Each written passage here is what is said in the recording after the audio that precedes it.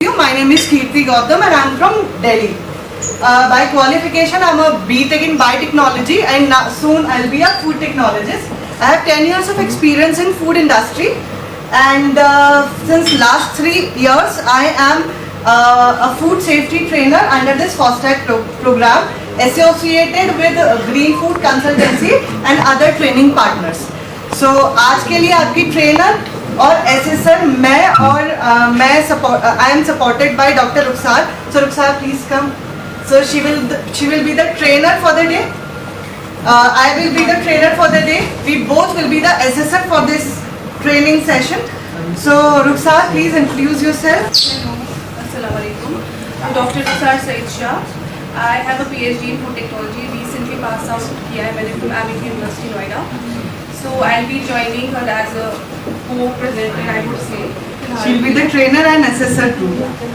And an assessor too. So basically I am residing in Pampur right now. मेरी शादी वहाँ हुई है.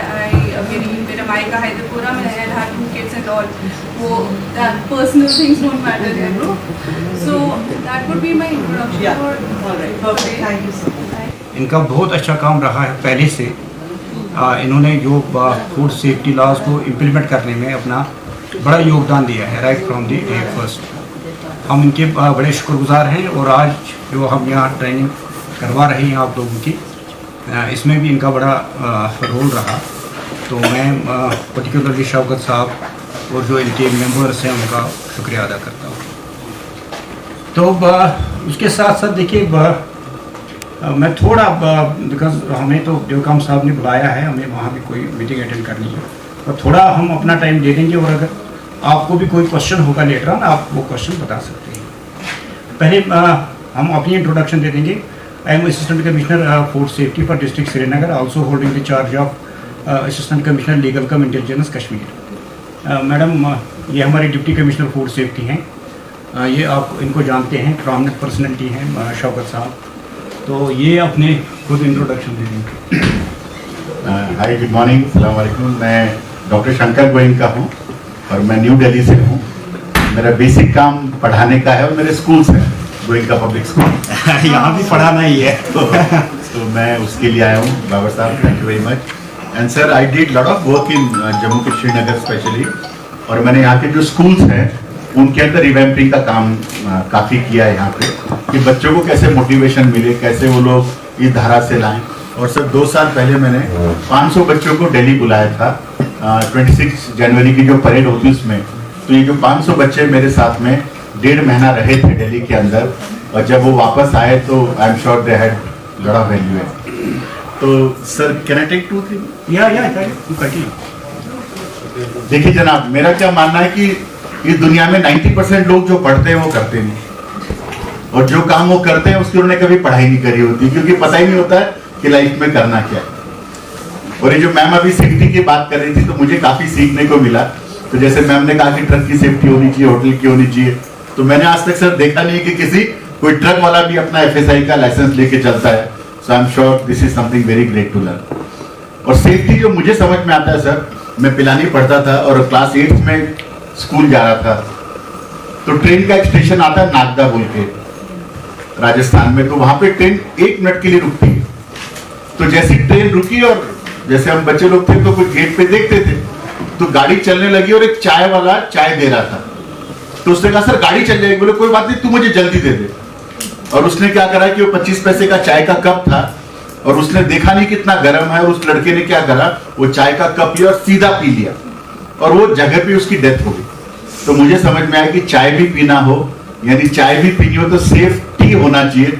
तो मैं तो सेफ्टी को इस एंगल से मेरी जिंदगी में देखता हूँ सर।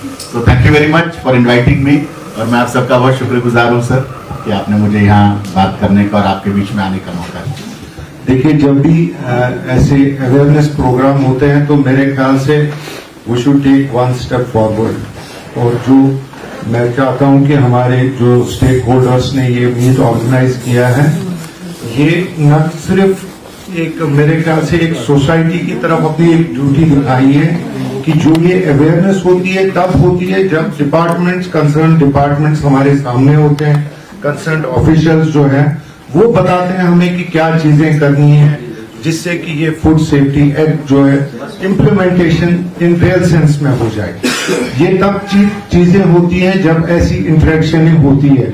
और मैं आप डिपार्टमेंट से भी और हमारे स्टेक होल्डर जकारा और आरएफ के रेस्टोरेंट एसोसिएशंस को बिलखुसूस कहूंगा कि इसको आप महीना नहीं तो एटलीस्ट 2 मंथ 5 मंथली आप इसको करते रहिए, ताकि जो जो चीजें नई नई चीजें आती हैं वो अवेयरनेस फूड सेफ्टी के जो भी एक्ट्स आते हैं, जो भी रूल्स एंड रेगुलेशंस आते हैं, नई नई चीजें आती हैं, तो मेरे ख्याल से ये इंटरेक्शन चलती रहनी चाहिए। इस चीज के साथ मैं बहुत मशहूर हूं कि आप सब लोगों ने टाइम निकाला और यहाँ पे आ गए। Thank you very much. तो अब मैं शौकत साहब से गुजारिश करूंगा वो थोड़ा अपनी ख्यालात से मैं नवाज। बिस्मिल्लाहिर्रहमानिर्रहीम, अस्सलाम वालेकुम। जैसे कि आपको मालूम है, जैसे बताया गया कि food safety act standard act जो था ये 2011 में लागू हुआ। इससे पहले 2002 में एक एक्ट का हमारा पीएफ हुआ। उसमें जब ये लागू किया गया तो ये बात सही है कि जितने भी स्टेक होल्डर थे हमने इनको समझा कि ये फॉरेन से लाया हुआ एक एक्ट है, क्योंकि इसमें जो चीजें बताई गई थी वो ग्राउंड रियलिटी पे इंडस्ट्री के लिए पॉसिबल नहीं थी और वो इन्वायरमेंट भी नहीं थी, क्योंकि इसमें कुछ चीजें जो थी मैं समझता हूँ कि गवर्नमेंट को करनी थी।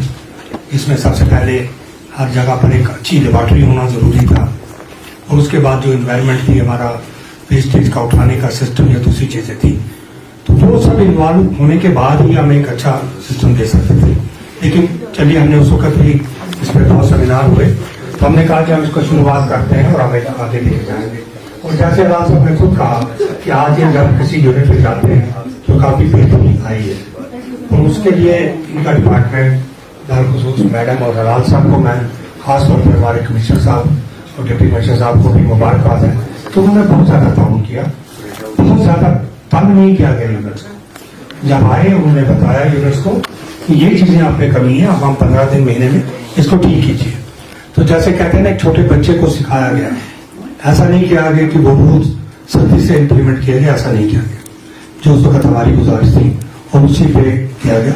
और आज मुझे लगता है कि हम काफी बुराए हैं, और जैसे अभी मैडम हमें सिखा रही और बता रही हैं, तो आज का ये प्रोग्राम इसीलिए था। इससे पहले भी हम चाह रहे थे क्योंकि हालात खराब वगैरह थे, तो हम जैसे चाहते हैं कि ये प्रोग्राम कंटिन्यू रहे और हम सीखें। हमारे यूनिट होल्डर को पता होना चाहिए कि कई बात उसके इल्म में नहीं होती है। आपको मतलब उसको ये पता नहीं कि जी कलर करना है, इस्तेमाल नहीं करना है, तो वो बेख्याली में बेध्यानी में करता है उसको। तो मुझे लगता है कि ऐसी चीजें जो चीजें नहीं है उनके लिए कोई टीवी प्रोग्राम भी होने चाहिए, हमारे सोशल मीडिया पे भी इनके प्रोग्राम होने चाहिए, और मुझे लगता है एक चैनल ही यूट्यूब पे बनना चाहिए जिसमें लोगों को पता होना चाहिए कि क्या चीज है। और प्रोसेस जैसे लाइसेंस है जरूरी, उसका भी प्रोसेस अब काफी इजी बनाया गया है, तो काफी आसानी से लाइसेंस मिलता है। तो मेरी रिक्वेस्ट होगी, अपने हम इसको अखबार में भी देंगे कि जितने लोग हैं वो लाइसेंस लें और इन रूल्स को लागू करें। ठीक है, आप एक ही दिन में सब लागू नहीं कर सकते, लेकिन इसकी शुरुआत करें तो आहिस्ता आहिस्ता रूल्स को चलाएं। मैं एक बार फिर आशिक साहब को भी थैंक यू करना चाहूंगा कि हमारे चैम्बर के प्रेसिडेंट हैं, और इनकी कई भी बात थी। ठीक है, हम तो बात कहेंगे वो सिर्फ होटल इंडस्ट्री तक जाएगी, लेकिन एज ए चैम्बर जो कि पूरे स्टेट को रिप्रेजेंट करता है और सारे सेक्टर्स में है, तो उनकी कई बात बहुत वजन देगी, और हम इनसे भी बाद में गाइड लेके सोशल मीडिया पे डालेंगे। लेकिन मैं छोटी सी बात बताऊंगा, आपने देखा होगा कि पहले हम जब मीट लेने जाते थे तो बड़ा खुला मीट होता था, लेकिन आज अगर आप देखें तो 60% मीट के जो दुकानें हैं उनको शीशा लगा हुआ है, कवर किया हुआ है, हाइजीनिक है, उनके अंदर टाइलें लगी हुई है। तो इसका क्रेडिट डिपार्टमेंट को जाता है, इसके लिए मुझे लगता है कि इनको मुबारकबाद भी कहना चाहिए। सबसे पहले मैं खारा का शुक्रिया अदा करता हूँ जो Kashmir hoteliers and restaurant association है। इन्होंने हमेशा अपना ताउन हमें दिया है, जिसकी वजह से आज मैं आपको वसूख के साथ कह रहा हूँ कि जो सैनिटरी कंडीशन है या जो इंग्रेडिएंट्स वाइन को इस्तेमाल करनी होती है अपने रेस्टोरेंट्स में, अपने होटल्स में, उसकी जो जो जो क्वालिटी है वो बड़ी अच्छी हो गई है। तो उसके साथ साथ देखिए, मैं आपको बताऊं, जो आज हम इनको ट्रेनिंग दे रहे हैं, ये फास्ट टैग की ट्रेनिंग है, food safety training and certification का कोर्स है। ये food safety and standards authority of India का प्रोग्राम है। तो इस सिलसिले में आज हम इन लोगों को ट्रेनिंग दे रहे हैं। उसके बाद हम इन लोगों की हाइजीन रेटिंग करेंगे और जिस हिसाब से इनकी रेटिंग आएगी उसी हिसाब से फिर वहाँ पर एक बोर्ड रहेगा कि ये जो रेस्टोरेंट वाला है इसकी रेटिंग क्या है। अगर किसी रेस्टोरेंट वाले की रेटिंग 5 स्टार आएगी, दैट मीन्स कि उसका जो वहाँ पर सैनिटरी कंडीशंस है या वो जो इंग्रेडिएंट्स वहाँ यूज़ करता है that is of excellent grade. तो उसके अगर 4 उसको स्टार्स आएंगे that means it is good, या इसी हिसाब से अगर नीचे आएगा that means it is poor. तो वो जो हाइजीन रेटिंग हम वो इसके बाद स्टार्ट करेंगे। तो उसके साथ साथ मैं आपको बताऊं कि ये जो प्रोग्राम कर रहे हैं ओवरऑल ये ईट राइट चैलेंज एक प्रोग्राम है food safety and standards authority of India का, जिसका मेन मुद्दा और मकसद ये है कि जो हमारा कंज्यूमर है at the end of the day we are concern with the consumer. जो हमारा कंज्यूमर है उस तक सेफ, उस तक होलसम खाना पहुंचना चाहिए। उस सिलसिले में देखिए हमारे जो कमिश्नर साहब हैं वो भी बड़े सीरियस हैं, या जो हमारी गवर्नमेंट है वो भी बड़ी सीरियस है। और आज के डेट में मैं आपको बताऊं, एक तो हम जो सैम्पलिंग करते हैं वो तो होता ही है, मगर उसके साथ साथ हम पहले ये देखते हैं कि जो sanitary condition of the premises है, चाहे हमारे रेस्टोरेंट वाले हैं, चाहे हमारे चिकन सेलर्स हैं, चाहे हमारे बुचर्स हैं, जो भी फूड के साथ करते हैं पहले उनकी सैनिटेशन को चेक करते हैं। बिकॉज अगर जो वहाँ पर वो इंग्रेडिएंट्स यूज करते हैं अगर उसकी क्वालिटी अच्छी भी होगी, मगर अगर वो जो वहाँ माहौल होता है, वो जो सैनिटरी कंडीशंस होती हैं, अगर वो साफ सुथरी माहौल में वहाँ काम नहीं करेंगे तो उससे वहाँ पर वो जो एंड प्रोडक्ट होगा वो साफ सुथरा नहीं हो सकता है। तो इससे पहले भी हमने देखिए मैं आपको बताऊं जो बेकर्स हैं यहाँ के, हमने उनको ये जो फास्ट ट्रैक ट्रेनिंग है उनको ये करवाई। तो इसके बाद जो बाकी लोग हैं, जो बुचर्स हैं या जो बाकी जो फूड के साथ करते हैं, उनको भी ये फास्ट ट्रैक ट्रेनिंग है, ये हम उनको इम्पार्ट करेंगे। लास्ट में आपको ये बताऊंगा मुद्दा और मकसद जो हमारा है वो ये कि जो हमारा कंज्यूमर है at the end of the day we all are consumers, उन तक सेफ, उन तक होलसम खाना पहुंचना चाहिए। जैसे आपको मालूम है कि एसोसिएशन का काम सिर्फ ये नहीं होता है कि खाली मेंबर आए मीटिंग करें, उसमें हमें बेसिक चीज़ें देखनी हैं जो हमारे सेक्टर के साथ होती है। पिछली बार आपने देखा कि हमने लेबर लॉज के बाद लेबर कमिश्नर के साथ यहाँ पर एक मीटिंग की, और आज हमने यहाँ पे फूड सेफ्टी के साथ जो मिलके एक प्रोग्राम किया है। तो पहले तो मैं बताऊँ कि पिछले चंद सालों में यहाँ पर बहुत ज़्यादा हालात ख़राब थे, लेकिन फूड सेफ्टी ऑफ स्टैंडर्ड ने बहुत ज़्यादा काम किया, और उस पर ख़ास तौर पे हमारे डीसी साहब इरफाना जी हैं और हलाल साहब हैं, हम इनको मुबारकबाद भी देते हैं और इनके शुक्रगुजार भी हैं। और आज का ये प्रोग्राम भी इन्हीं की कोशिश से यहाँ पे हमें हुआ, और हम शुक्रगुजार हैं कि इन्होंने ये प्रोग्राम यहाँ किया है, क्योंकि पहले सब जो भी यूनिट है उसको पता होना चाहिए कि ये है क्या food safety and standard act, जो 2002 के एक्ट को चेंज करके 2012 में लाया गया, और जिसमें आपको मालूम है कि अगर खाने की चीज़ है तो अगर मैं किसी जगह मैन्युफैक्चर करता हूँ तो मैं बाहर भी हूँ, तो ये सब के लिए ज़रूरी है कि अगर जो खाना मुझे मिल रहा है क्या वो इस लायक है कि मैं खाऊं। अब उसके लिए कुछ चीज़ें हमारे जो यूनिट होल्डर हैं उनको पता नहीं होती हैं कि कौन से लाज हमें इस्तेमाल करने हैं, कौन सी चीज़ें करनी है, कौन सी नहीं करनी है। तो वही मेन प्रोग्राम है जो सुबह से ये चल रहा है कि हम अपने लोगों को बता पाएँ, और फिर तक आने वाले वक्त में वो एक अच्छा जो हमारी एक ज़रूरी चीज़ है food and safety standard act को लागू करना, उनके लिए परेशानी नहीं हो कि अलग अलग डिस्ट्रिक्ट में भी हो। और इसमें हमारी साथ वाली एसोसिएशन जो हमारी को एसोसिएशन है होटल एंड रेस्टोरेंट जो है राक वाले, उनका भी हमारा इकट्ठा हुआ है। तो हम कोशिश करेंगे कि ये बाकी स्टेट्स जोगों पे डिस्ट्रिक्ट वगैरह में भी हो, और जितने भी हमारे यूनिट होल्डर हैं वो ये समझ जाएँ कि हमें एक तो जैसे ने बताया कि लाइसेंस लेना ज़रूरी है, तो मुझे लगता है लाइसेंस लोगों को लेना चाहिए। ये तो ऐसा ही है ना, बगैर लाइसेंस के आप गाड़ी चला रहे हैं या कोई चीज़ कर रहे हैं, तो लाइसेंस लेना बहुत ज़रूरी है। तो सबसे पहली बात है लाइसेंस लें। फिर इनकी तरफ से बहुत ताउन दिया जाता है, मैंने खुद देखा कि ऐसा नहीं है कि ये हार्ड एंड फास्ट रूल्स हैं, बहुत ज़्यादा तंग करते हैं। ये जब आते हैं यूनिट पे तो ये एक चेकलिस्ट देते हैं कि ये चीज़ें आपकी अप टू स्टैंडर्ड नहीं है, आप एक महीने में इनको ठीक कीजिए। तो इसमें घबराने की बात नहीं है कि लोग कहेंगे जी लाइसेंस लेंगे और हम इसमें परेशानी में, हाँ, बल्कि ना लाइसेंस लेना खतरनाक।